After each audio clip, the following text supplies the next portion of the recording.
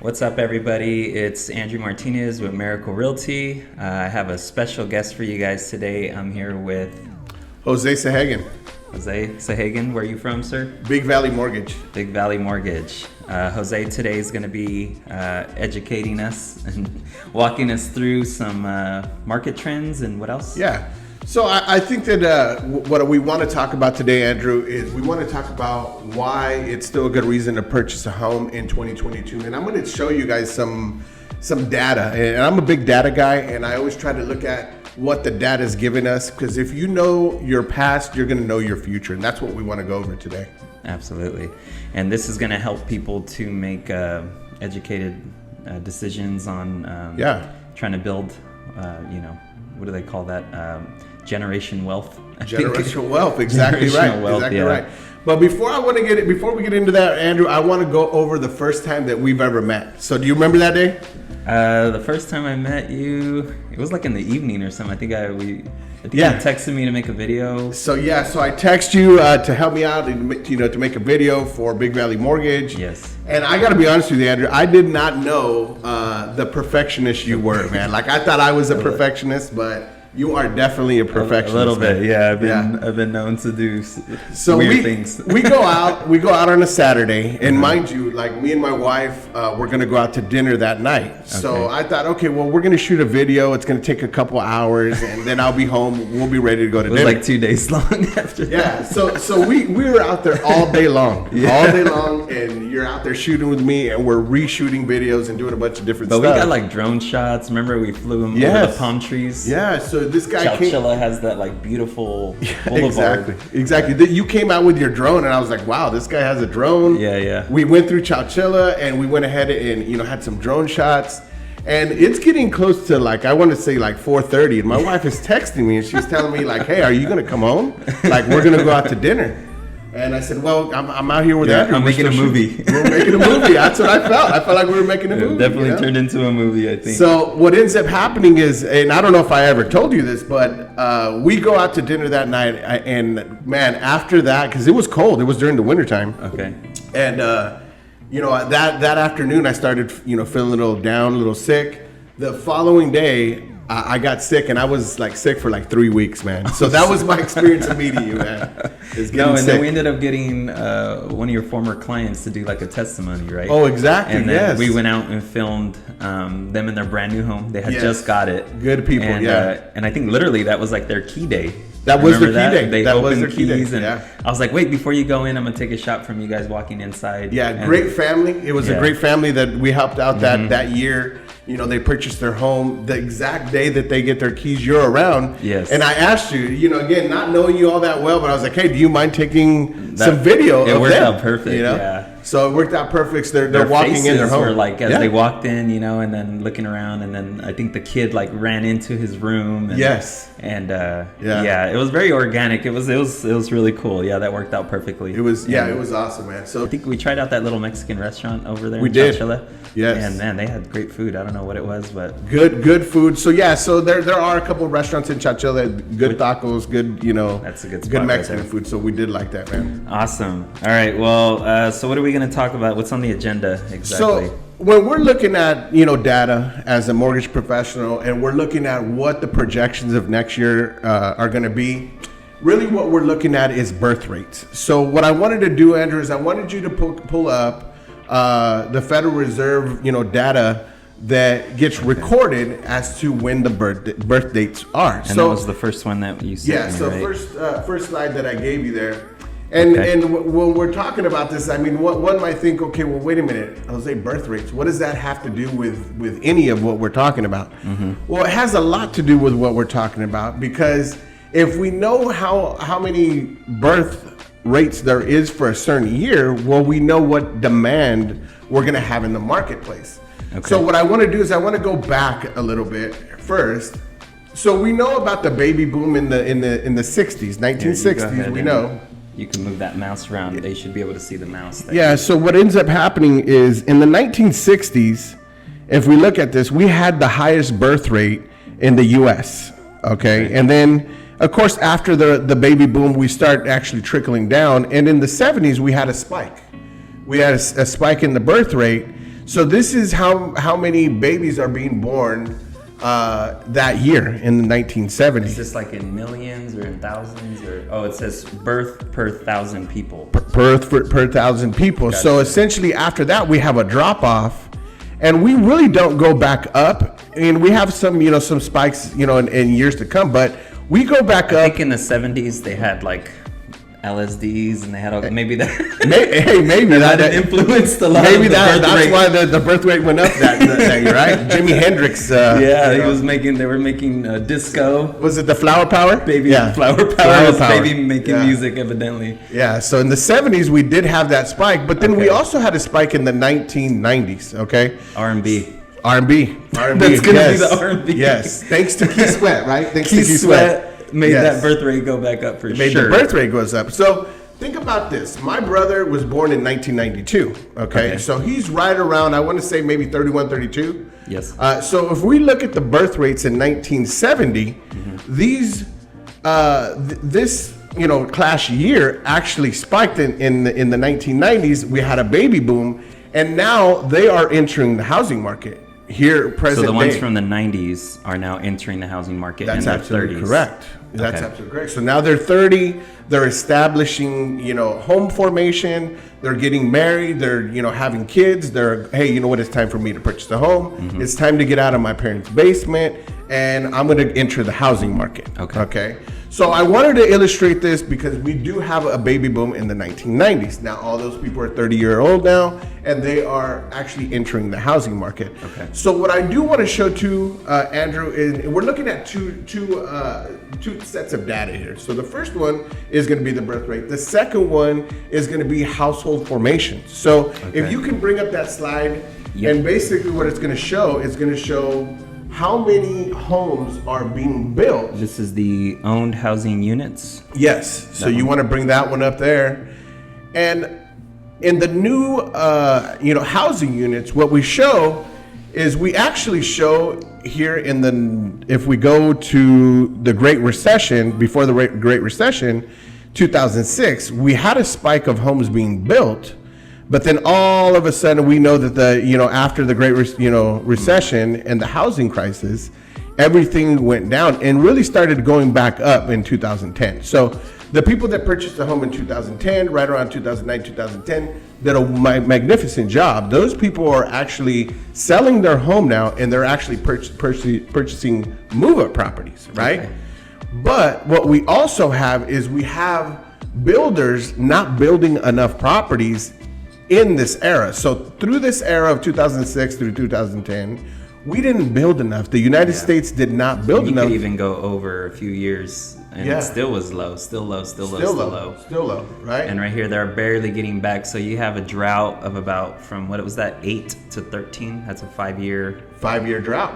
Yeah. Complete drought, and then. So we do still have some housing formations that are being built. So these are like one-off homes or tracts that are being built. Yeah. But really, like if we go all the way to 2019 and 2020, we don't have, and we know what happened. And then you had the pandemic too. Right, the pandemic. Yeah, which didn't allow a lot of materials, manufacturing of products and services and things of that nature. Absolutely correct, Andrew. Okay. So what happens is in 2020, we have another housing shortage. Yeah. So everything that was out in the marketplace got bought up. Yeah. So you're looking at a span of over 10 years then, basically. Of 10 years. Of just droughtage.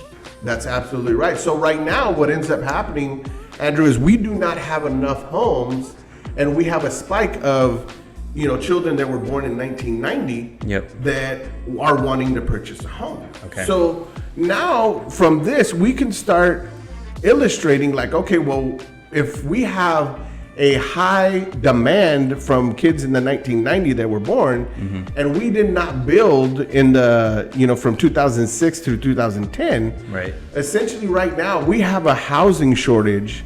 And I was just looking at this the other day on the national average of 4.5 to 5 million homes nationally. Okay. So what ends up happening is if we are short 4.5 to 5 million homes, we know just simple economics, supply and demand, we can understand that, hey, you know what? The housing is going to continue to rise in 2022 because we understand that we do not have enough built for these children in 1990 to purchase their home. So what do you think about like a lot of people, they come and they're like, is it a good time to buy? Should I not buy? I mean, you're talking about the shortages and the pricing's going up and things like that. But what does that mean to me as a buyer looking to buy right now? Is it a safe, educated time for me to do this? What are your recommendations as a professional? Well, we know this. I think any investor would tell you, and I do truly feel that when somebody buys a house, they become an investor because they are basically investing in their future. Yes. So it's always said it's better not to time the market, but to be in the market and sit and wait, right? Because you're going to actually gain equity in a property. I see. So I truly still feel that. Let's take, for instance, if somebody purchased a home, next year in 2022. Okay. This is a 10-year, goal that you have. In all likelihood, you're going to stay in this home for the next 10 years, right? So in the next 10 years, you're going to gain year-over-year value in your home. And in the future, 10 years from now, you may think of purchasing another home. So you're going to sell this home and purchase another home, a move-up property. Right. So if you don't do that in 2022, Andrew, how do you gain the equity in the next 10 years for you to be able to buy up a move-up property? So it's essential that you do. And Madera is growing. I mean, we have we got the new casino coming in, right? We got I know a lot of economic growth and new industrial parks and things like that. Yes. But what do you think about the casino? Everybody keeps going to the casino. I don't know how much you're into everything, but what would that do essentially to a lot of the area here in Madera specifically? I know you do Chowchilla as well. But that's kind of actually between kind of Madera and Chowchilla, right? It's supposed to be off of 17, right? Which is actually closer to Chowchilla than Fresno. That would be going the other way, right? What do you think about all that stuff? Here's what I'm going to tell you, Andrew. What ends up happening is this. So the Central Valley is an economic boom, right? So here you have pockets in California that maybe already outgrown themselves or maybe already built out, let's take Elk Grove, for example, right? So they have an economic boom. They're building out like crazy, but people are having to move to different areas because they can't afford. Yes. Well, here in the Central Valley, we really have not built since 2006. Nobody's built anything. Now, we've had one-off, subdivisions being built out, but really at a grand scale, I don't believe that we have. So now we start talking about the casino coming in, economic growth. We know what's happening in Tesoro Viejo off of 41, know. So we know that that's getting built out, so people are moving there. Somebody told me, I was talking to somebody in a class one time, and they were telling me that they lived in North Fresno. Oh, okay. And I said, we're at North Fresno. And they said Tesoro Viejo or whatever. Okay. And I was like, you mean Madera County? Madera County. And they were like, I guess it's in Madera. I was like, no, not I guess. That's Madera County. That's Madera County. Right. How dare you call that Fresno? Right. North Fresno. Let them know, Andrew. That's still Madera County. I'm always representing. I'm like, no, don't you say that. But no, that is a big boom for Madera. And it's so close to River Park. You got the Valley Children's right there. That's a great area for sure. Right. And we're starting to see, and just doing mortgages, for the last 18 years of my career, a lot of people have not been able to purchase in the Bay Area, Watsonville, Salinas, you name it, Stockton, where they can't purchase. Well, what are they doing? They're moving over here. Moving to the Central Valley, over here, right? Yeah. So somebody that's living in the Central Valley right now, Andrew, should be thinking, wait a minute here, is the opportunity of purchasing a home right now my window in time? Because once this economic boom starts happening, you may have missed the boat on buying a property still in a reasonable amount and interest rate. How about high-speed rail? Yeah. Let's just say 10, 15 years from now, I could take essentially somebody could be working in the Bay Area and then shoot down to the valley in 45 minutes.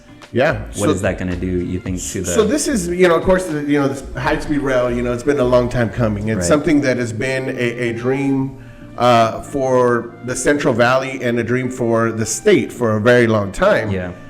When that high-speed rail is going to come, of course, we don't know. But again, we start projecting to say, okay, well, what about if it does come, right? Yes. We always have to watch out for what about if this happens, right? Yes. So you start thinking to yourself, okay, the high-speed rail comes. Now you have people coming from the Inland Empire from LA area coming into the Central Valley to work and to live in the Central Valley and go back and live in spend their money in the LA area. So again, I truly feel that the opportunity of time, these last 3, 4, 5 years has been for that first time home buyer to purchase. Definitely. No, that is so true. So I do want to talk about this. I mean, I know that, there's a lot of stuff that comes out on YouTube that the housing market is going to crash. And, we watch this stuff and then we kind of like go into panic mode, Andrew, right? And we want to make sure to qualify this because just because that YouTube person actually comes out and says that the market's going to crash, I don't even think that they believe it. Yeah. I just think that it's sensational news to put out for them to sell you content, to sell the what do they call that? Clickbait. I think is the big one. Like it'll have like a picture of like a stock thing looking down, and it says something. It's like you better click this to know. Exactly right. Yeah. It's like what do they call that? Also, they're creating urgency. There's these people that I've seen on social media. They do like almost like I think it's called fear mongering. There you go. Sensational news. How you said that. Sensational news. It sparks just a sensation of fear. So what ends up happening is that you have this YouTuber, the market's going to crash, and in their video, I don't even think that they even understand how to even sell the idea that the market's going to crash. Because if we look at the data, that data is not there. We have a supply issue. We do not have enough homes on the market, and we have basically a baby boom for people to purchase, right? So nobody has a crystal ball to say yes it is or no it's not. But like I told you, Andrew, the longer that you're in the market, the longer that you actually have a chance to build equity, the better off you're going to be. I have some people who sold houses that I've helped, and I mean they've been living in their house for 20 years or 25 years or 15, 17 years. And then I start even thinking in my head, like, man, they probably went through like 2 economic downfalls, ups and downs, and so realistically, I mean, like, can somebody say, hey, for the next 30 years, we're not going to have a single recession or we're not going to have a single... Nobody could really say that because I think if you do look historically, there's just that constant up and down, up, down, up, down. It kind of that's just the flow of natural government. Exactly. And natural economy, I guess I should say. Look, recessions have been around since the beginning of history, man. Like, there's no getting around recessions. And honestly, sometimes what ends up happening is for the market to clean itself, you need to go through a recessionary period, you know? I think that right now, anybody can tell you, like, you can feel a recession as it comes, but that doesn't necessarily mean that it's a bad thing, you know? So it is going to help some people. It's the people that are ready and are financially strong are the ones that are going to survive. Are all of us going to survive? Look, I learned my lessons from 2006, 7, and 8, right? And I want to be financially prepared and, buying the right properties and doing the right financial moves for my family. And you still are purchasing right now. So we're purchasing property. You're putting your money where your mouth is, for sure. For sure. You're buying right now. I think we had conversations about some of the investments you've made and things we like did. And so that, as an investor, like I can tell you that as well. Like we buy property at any stage of the market. It's about how you purchase that property. Right? You get the right mentor to help you look for the right house, get the right loan, make sure that your financial future is correct. And you got a great contractor. Shout out to Gilbert. Gilbert, yes. Shout out to Gilbert. Yeah, shout out to Gilbert with GRM Construction. He's a badass for sure. And he does a lot of the work and stuff on some of the houses that you're getting, right? And so he does great quality work. He does good work, and he's helping us, with the contract piece. I wish I could tell you, Andrew, that I know how to do construction, but I really don't. That's not who I am. If you give me a sledgehammer, though, I'll do the demo work. Like, love demo days. Demo days are like the best part. I just like smash it. Yeah, demo days are cool. Exactly. Okay, so I have a question then for you. At what point, because a lot of people talk about this part too, so it's kind of like, Madera, we're not exactly making crazy money here. I think our median, or whatever you want to call that, GDP or whatever for each Maderan or Central Valley person, in essence, like when is it going to be like too expensive to where Or are we just going to like rely on Bay Area people to keep coming and buying everything? Or is it going to hit that point where it's too expensive, so you're going to kind of see like almost like a correction or a flat line, or what's going to happen here, do you think? So I tell this to everybody. Every young person has the ability of honing their skills, right? It doesn't have to be in real estate or mortgage or anything like insurance. You know, we're seeing a great migration right now, Andrew. I mean, we have, you know, labor intensive jobs that people are getting schooling and they're going to a different sector, right? So when we talk about the labor market, like we are seeing a migration in labor jobs. Actually, these people are turning into skilled labor, right? So not only is the skilled labor in the Central Valley getting better, but you know, now with remote work, you can actually work in the Bay Area, get a job in the Bay Area, and live in the Central Valley. That's what these people are doing, right? Yes. So I truly feel that in the future, now when does that happen? You know, could it be 2023, 2024, 25? We don't know. We know that right now the Federal Reserve has to get inflation under control, right? So I do feel that interest rates will rise, you know, in the coming year, but that still leaves opportunity for people. It really does, right? So usually when interest rates rise, you're going to see where you're going to have the market shift some, where you can actually get into the housing market, right? So at the end of the day, if you're prepared to make a financial move right now, you know, get your stuff prepared now, you're going to be ready to make that move in 2022 or it'd be 2023. I seen your billboard. It's pretty catchy. It says the best time to buy was yesterday. Yesterday. Yeah, it was yesterday. Yeah. I mean, that's like, the truth. Stop waiting, like, you know. Yeah. I'm sure the ones that were like last year were like thinking, oh, I'll wait till next year. Now they're like, oh my God. Oh, for sure. I mean, we've had a 13% year over year growth in equity. I mean, we're talking about people that purchased last year. Andrew, they have equity in their house this year. You know, isn't that crazy? It is. No, I've even had people that bought a year ago and that are already coming to me. They're already coming to me and saying like, you know, hey, can I sell already? Yeah. You know, and I'm like, I mean, you can. There's like capital gains and there's other things that, you know, I'm not a tax person by any means or anything, but I just want to at least point them to the right direction and say, hey, go talk to, you know, an accountant or who's doing your taxes, and kind of ask them the right questions to make sure you're going to be good. Prepared, right? Yeah. But, you know, if life comes at you a certain way, you know, I had one person who they were looking to marry and start up a new life and move and do things like that. And so taxes, I mean, tax is important, but at the same time, so was my wife and moving and a new job. And so sometimes it outweighs, you know, the situation. So everybody's got their own situation. Right. Everybody's got their own life. Everybody's got their own world of problems and goods and bads and you know, ideas and goals, and whether it be career wise, whether it be they want to move somewhere else for family, I mean, everybody's in a different boat. You know, everybody what I mean? has a different situation. And so what works for like that individual, like what works for you may not work for him. And so, and then I also noticed too that like everybody's kind of got, I know like this happens big for like cable or satellite dishes. It doesn't matter what deal I get on my cable. The guy I talk to about it is going to tell me I got a bad deal, and how he's got HBO and Showtime. He's got all these channels, and I got swindled, and he's paying like $10 a month for like everything. Right. And you know, and I'm like, you did?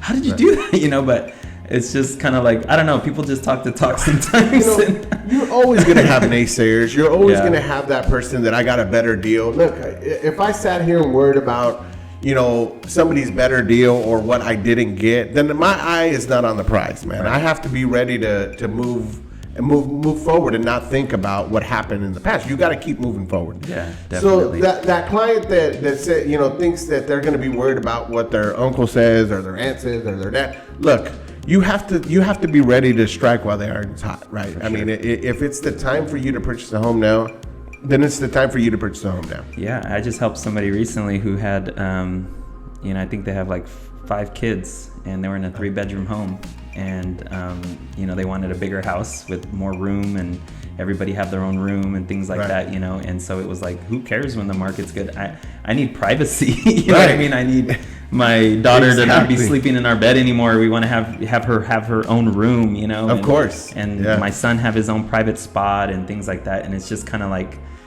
they didn't care because it's like it's what's more important is their family. Is their family. You know? And I remember this was a long time ago. I think we had first kind of like met. One thing that you had told me that, I mean, it just always stuck with me. Always freaking stuck with me.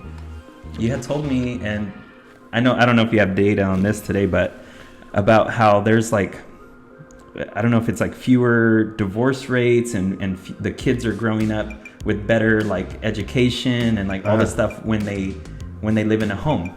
Yeah. And I was kind of like, wait, what? Like, how does that make sense? But you started explaining about the stability of the home. Of course. Can you talk about that a little bit? What was that? So essentially what happens is this. I mean, like, prior, and I'll give you a little backstory here.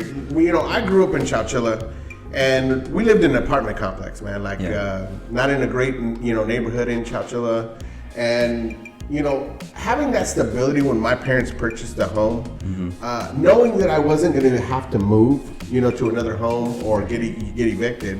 At that time, I didn't know what eviction was, but I knew that we had to leave this apartment, right? And I started looking up,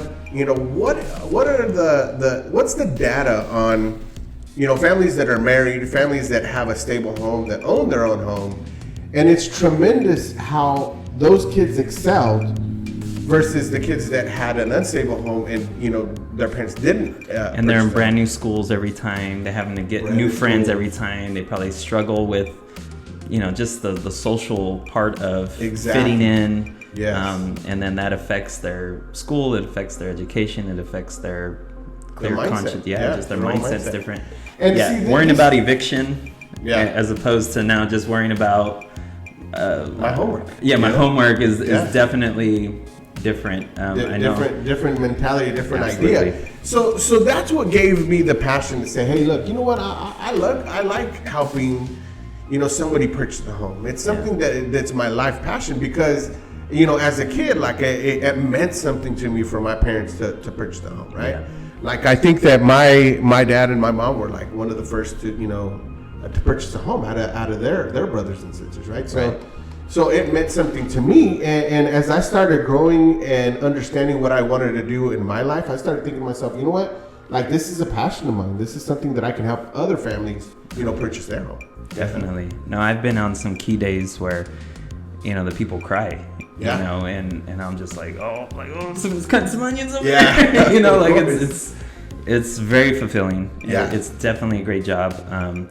It's stressful, obviously, as you would attest to this. We've done some deals together where we were like stressing out because it's not even just about the money, I think of the families and the people and like it has a big effect on them. There's a lot riding on the line, but there's a lot going on the line there, and it's crazy. But all worth it at the end of the day. All worth it. All right, so Jose, those are some great talking points for sure. Really hope that's of some value to some people, but was there anything else that you think? Yeah, you know what? Last point, Andrew, is I just want to tell everybody, look, there are some great professionals in this industry. I truly feel that. I try to be a champion of our industry in real estate and mortgage. And really just find that professional that's going to help you and mentor you in the right way. I think that's what I can leave somebody is to say, hey, look, find the right person. Like, I'm not saying that it has to be us, right? It's just find that right person that's going to mentor you in that right way for you to purchase the right property for you, man. Yeah, and just get yourself in the best position for your family and for for whatever goals you have set for yourself, for sure. Absolutely. All right, Jose. Well, thank you so much for coming out. I really, really appreciate it. We got to do another movie together. We'll do part 2. Do another movie, man. We'll go and shoot it again. We'll have a cast this time. That's absolutely. Yes. We'll do the whole thing. Thanks a lot. And then we'll hit up that Mexican restaurant again, maybe. Thanks a lot, brother. I appreciate you, man. All right, thanks a lot, Jose. Thanks. We'll see you guys. All right, we'll see you guys later. Let us know in the comments what you guys thought about this, if there was any value there. Would really, really appreciate you guys' feedback. Thank you guys, everybody, and have a blessed day. Thanks. Bye.